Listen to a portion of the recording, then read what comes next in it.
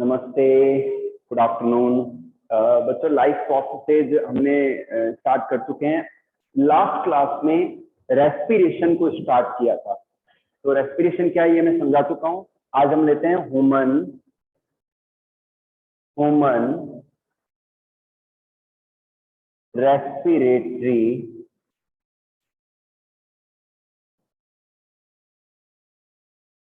System.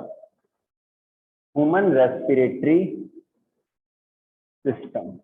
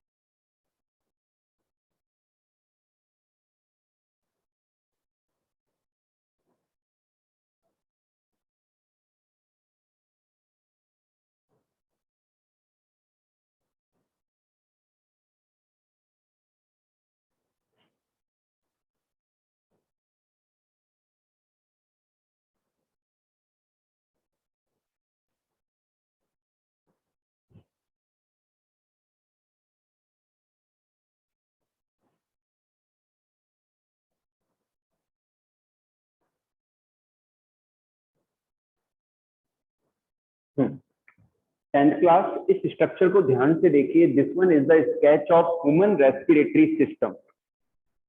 Human respiratory system की sketch है। Human respiratory system की स्टार्ट होती है नॉस्ट्रिल से। ये जो दो छेद हैं इन्हें नॉस्ट्रिल्स कहते हैं। ये आगे कनेक्ट होते हैं नेजल चैम्बर से। नेजल चैम्बर से होते हैं। नेजल चैम्बर मॉइस्ट होता है, हेयर पाए, नेजल एयर पाए जाते हैं, म्यूकस सिक्रेशन होता है नेजल चैम्बर के अंदर, ठीक है। फिर आगे ये ओपन होता है फेरिंक्स के अंदर इंटरनल नॉस्ट्रिल के द्वारा। ये फेरिंक्स पार्ट है और ये लैरिंक्स है। ये क्या है बच्चों? लैरिंक्स है। और ये जो ट्यूब है इसे ट्रेकिया कहते हैं। ये रेस्पिरेटरी ट्यूब है और इसकी लेंथ होती है 10 to 12 सेंटीमीटर और ये एंटर होती है इन दो मस्कुलर ऑर्गन में, ठीक है। यहाँ पर जो ट्रेकिया डिवाइड होती है दो ब्रांचेज में, ये राइट और लेफ्ट है। इन्हें हम ब्रोंकाई कहते हैं। क्या कहते हैं? ब्रोंकाई कहते हैं। और ये एंटर होती है, इन्हें हम ब्रोंकाई कहते हैं और ये एंटर होते हैं लंग्स के अंदर।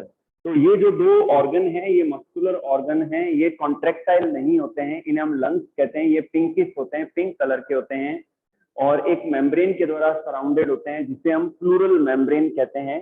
तो प्लूरल मेम्ब्रेन के अंदर की ओर प्लूरल फ्लूइड पाया जाता है जो कि लंग्स को फ्रिक्शन से बचाता है। ये मस्कुलर ऑर्गन है लेकिन ये कॉन्ट्रेक्टाइल नहीं है। ये राइट ब्रोंकाई, ये लेफ्ट ब्रोंकाई, ये दोनों सब ब्रांच हो जाते हैं। इन्हें हम ब्रोंकियोल्स कहते हैं। क्या कहते हैं? ब्रोंकियोल्स कहते हैं। और ये ब्रोंकियोल्स पहुंचते हैं आल्वियोलिस तक। जो एयर, जो छेद हैं, जो एयर सेक हैं, इन्हें हम आल्वियोलिस या एयर सेक कहते हैं। आल्वियोलिस में ब्लड कैपिलरीज आती हैं, ठीक है। और वहां से फिर ब्लड, वहां से ऑक्सीजन का डिफ्यूजन ब्लड में हो जाता है। आल्वियोलिस से सटी हुई रहती हैं ब्लड वेसल्स। तो कैपिलरीज, जो ब्लड कैपिलरीज है वो, तो आल्वियोलिस में जो ऑक्सीजन जाती है या जो गैस जाती है वो डिफ्यूज हो जाती है कैपिलरीज के ब्लड के अंदर। और ब्लड से, कैपिलरीज के ब्लड से जो CO2 रिलीज होती है वो वापस आ जाती है आल्वियोलिस के अंदर, ठीक है। ये राइट लंग है। इसमें 3 लोब हैं, अपर, मिडिल और लोअर। इसमें 2 फीसर हैं, transverse Fisher and oblique Fisher. और इसमें 2 ही लोब हैं, अपर और लोअर, और ये ट्रांसवर्स फीसर है। अच्छा, ये यहाँ पर नोच जो है, ये जो नोच है हार्ट के लिए है। दोनों लंग्स के बीच में हार्ट पाया जाता है, ठीक है। और लंग्स के नीचे मैमल्स के अंदर ये देखने को मिलता है, स्पेशली हमारे अंदर, कि जो लंग्स के नीचे एक मस्कुलर पार्टीशन है जो एब्डोमिनल कैविटी से इसको अलग रखता है। इस मस्कुलर पार्टीशन को हम कहते हैं डायफ्राम। क्या कहते हैं बच्चों? डायफ्राम कहते हैं। तो अब बात करते हैं पाथवे की। जब हम इनहेल करते हैं, जब हम इनहेलेशन करते हैं तो एयर हमारे नॉस्ट्रिल से हमारे नोज में एंटर होती है। तो नोज में जब एंटर होती है तो नेजल हेयर के कारण से एयर फिल्टर होती है। एयर में जो डस्ट है वो म्यूकस के कारण से वहां पर एडियर हो जाती है नेजल चैम्बर की एपिथेलियम के ऊपर। अब जो क्लीन एयर है वो आगे बढ़ती है और बॉडी टेम्परेचर पर वार्म हो जाती है। अब ये वार्म एयर फेरिंक्स में आती है, इंटरनल नॉस्ट्रिल से। फेरिंक्स से फिर ये ट्रेकिया में आती है, लैरिंक्स से क्रॉस करते हुए। ट्रेकिया में ये सी शेप्ड, ट्रेकिया में कार्टिलेजिनस सी शेप रिंग पाई जाती है। इन्हें हम सेमी सर्कुलर कार्टिलेज रिंग्स कहते हैं, जो कि कॉलेप्स नहीं होने देती, जो कि ट्रेकिया को कॉलेप्स नहीं होने देती। तो ये जो रिंग्स हैं ये क्या है? सी शेप्ड है, ठीक है। सेमी सर्कुलर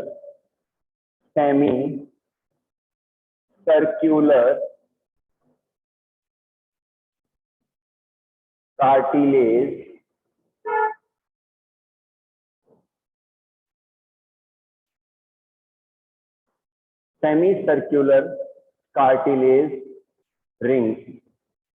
तो ये सी शेप जो कार्टिलेज रिंग्स होती है ट्रेकिया में, ये ट्रेकिया के पाथ को कॉलेप्स नहीं होने देती। और फिर ये ब्रोंकाई हो गया। तो एयर ब्रोंका, दोनों ब्रोंकाई में जाती है, ब्रोंकाई से ब्रोंकियोल्स में, ब्रोंकियोल से फिर जो लंग्स की एल्वियोलीज है वहां पर जाती है, ठीक है बच्चों। तो ये सीक्वेंस है, ये पाथवे है, ये रूट है या पाथ है एयर मूवमेंट का इनहेलेशन के दौरान। सांस को अंदर लेना, इनहेलेशन। सांस को एक्सहेल करना, इसे हम कहते हैं एक्सहेलेशन।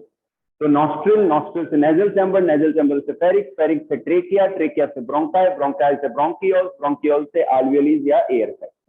ओके बच्चों, अब यहाँ पर ध्यान से सुनिए आप कि एल्वियोलीज से सटी हुई जो ब्लड कैपिलरीज हैं उनमें ऑक्सीजन का डिफ्यूजन हो जाता है और ऑक्सीजन ब्लड में घुस जाती है। अब बच्चों यहाँ पर नॉलेज की बात यह है कि 97% जो ऑक्सीजन है वो हीमोग्लोबिन के द्वारा ट्रांसपोर्ट होती है। तो ऑक्सीजन जब डिफ्यूज होती है तो हीमोग्लोबिन के साथ में बॉन्ड बना लेती है और ऑक्सी हीमोग्लोबिन बना लेती है। क्या बना लेती है? ऑक्सी हीमोग्लोबिन बना लेती है। अब ऑक्सी हीमोग्लोबिन के फॉर्म में जो है ट्रांसपोर्ट होती है। 3% ऑक्सीजन ब्लड प्लाज्मा में घुल के बॉडी टिश्यूज और ऑर्गन्स तक जाती है। वहां जाके जो ब्लड कैपिलरीज हैं उनसे फिल्टर होके लिम्फ के द्वारा वो बाहर रिलीज होती है। जो इंटरस्टिशियल जो स्पेसेस होते हैं टिश्यूज या सेल्स के बीच में, वहां ऑक्सीजन डिफ्यूज हो जाती है और वहां से इंटरस्टिशियल फ्लूइड से सेल्स के अंदर ऑक्सीजन डिफ्यूज हो जाती है। अब सेल से जो CO2 निकलती है वो CO2 आ जाती है इंटरस्टिशियल फ्लूइड के अंदर, वहां से फिर कैपिलरीज में, कैपिलरी से वेन्यूल्स में, वेन्यूल से वेन्स में, और वेन्स से फिर वो आ जाती है हार्ट के अंदर, और हार्ट से फिर वो लंग्स में सेंड की जाती है और लंग्स से CO2 को बाहर रिलीज किया जाता है। लेकिन यहाँ पर बच्चों जो CO2 है वो 3 तरीके से ट्रांसपोर्ट होती है। 23% CO2, 23% CO2 ऑक्सीजन की एफिनिटी ज्यादा है कार्बन डाइऑक्साइड के कंपेयर में हीमोग्लोबिन के साथ में। तो जब सेल्स या टिश्यूज से CO2 रिलीज होती है तो CO2 23% तो हीमोग्लोबिन के साथ में कार्ब एमिनो हीमोग्लोबिन बनाती है। क्या बनाती है?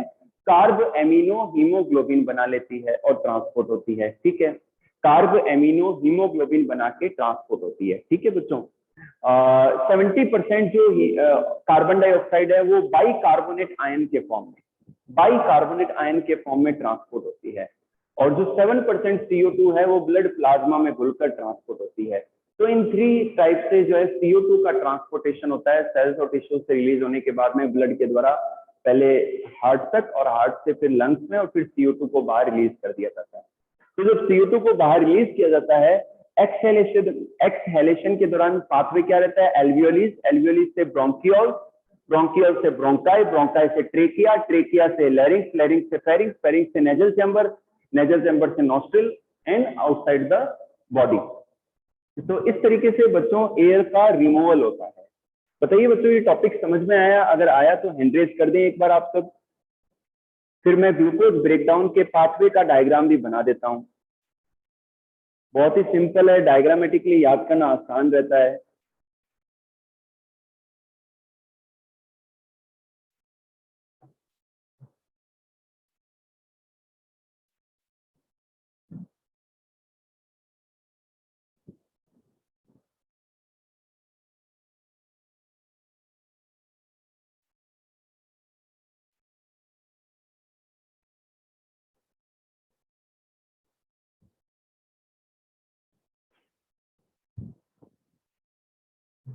चलिए थैंक यू बच्चों, आगे बढ़ते हैं। चलिए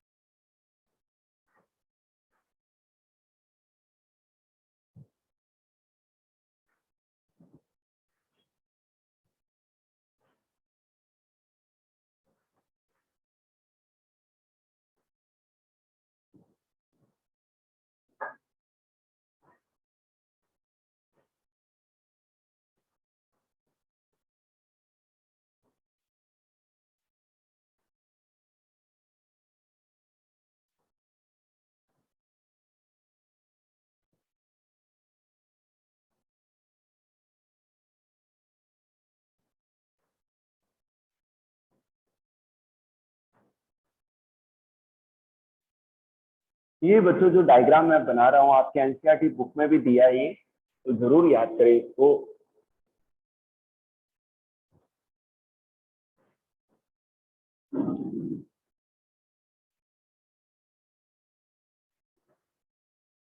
पाथवेज ऑफ ग्लूकोज ब्रेकडाउन।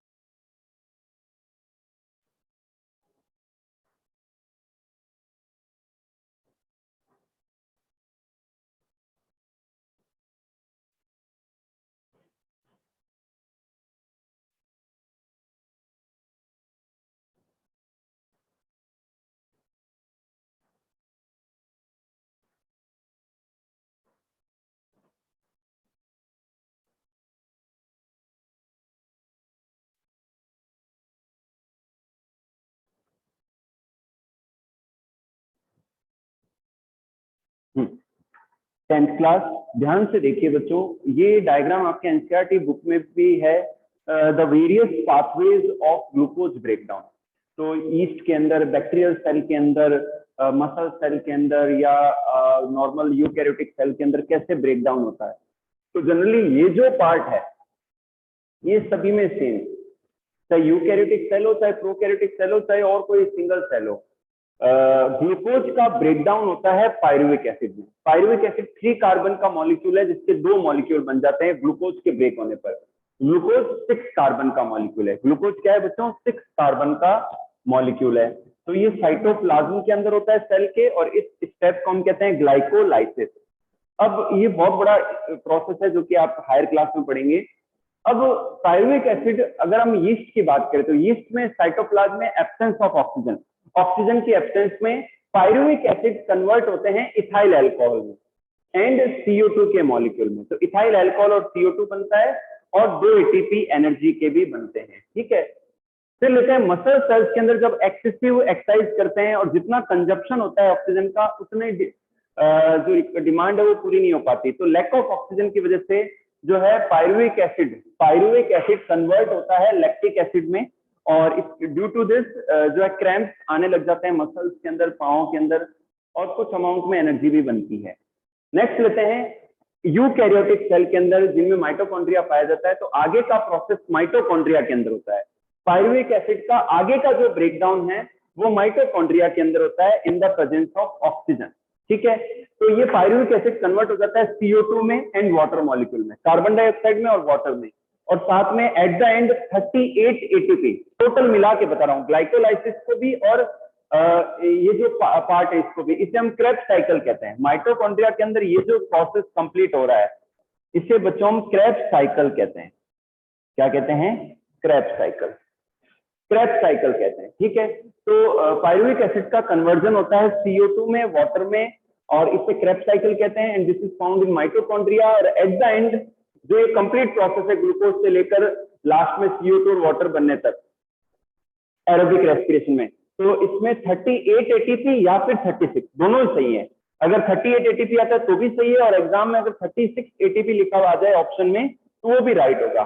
तो 38 ATP या 36 टोटल ATP का फॉर्मेशन होता है, नेट ATP का फॉर्मेशन होता है, और इसको अगर किलो कैलोरी में लें तो 686 किलो कैलोरी एनर्जी का फॉर्मेशन होता है at the end of this aerobic respiration. Okay, तो ये डिफरेंट वेरियस पाथवेज हैं ग्लूकोज के ब्रेकडाउन के डिफरेंट ऑर्गेनिजम्स के अंदर।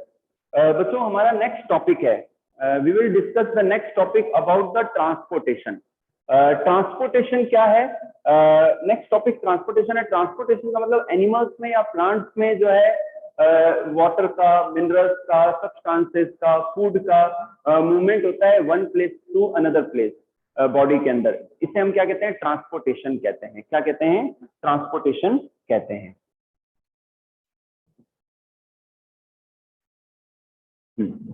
तो बच्चों ऐसा करते हैं, आज के लिए इतना ही काफी है, क्योंकि ट्रांसपोर्टेशन के टॉपिक को नेक्स्ट क्लास में हम अच्छे से डिस्कस करेंगे। अभी टाइम कम बच रहा है। आपके यदि कोई क्वेश्चन है, कोई क्वेरी है, तो you can ask your question. एक बार हैंड रेज कर दो अगर कोई भी डाउट है तो आपको।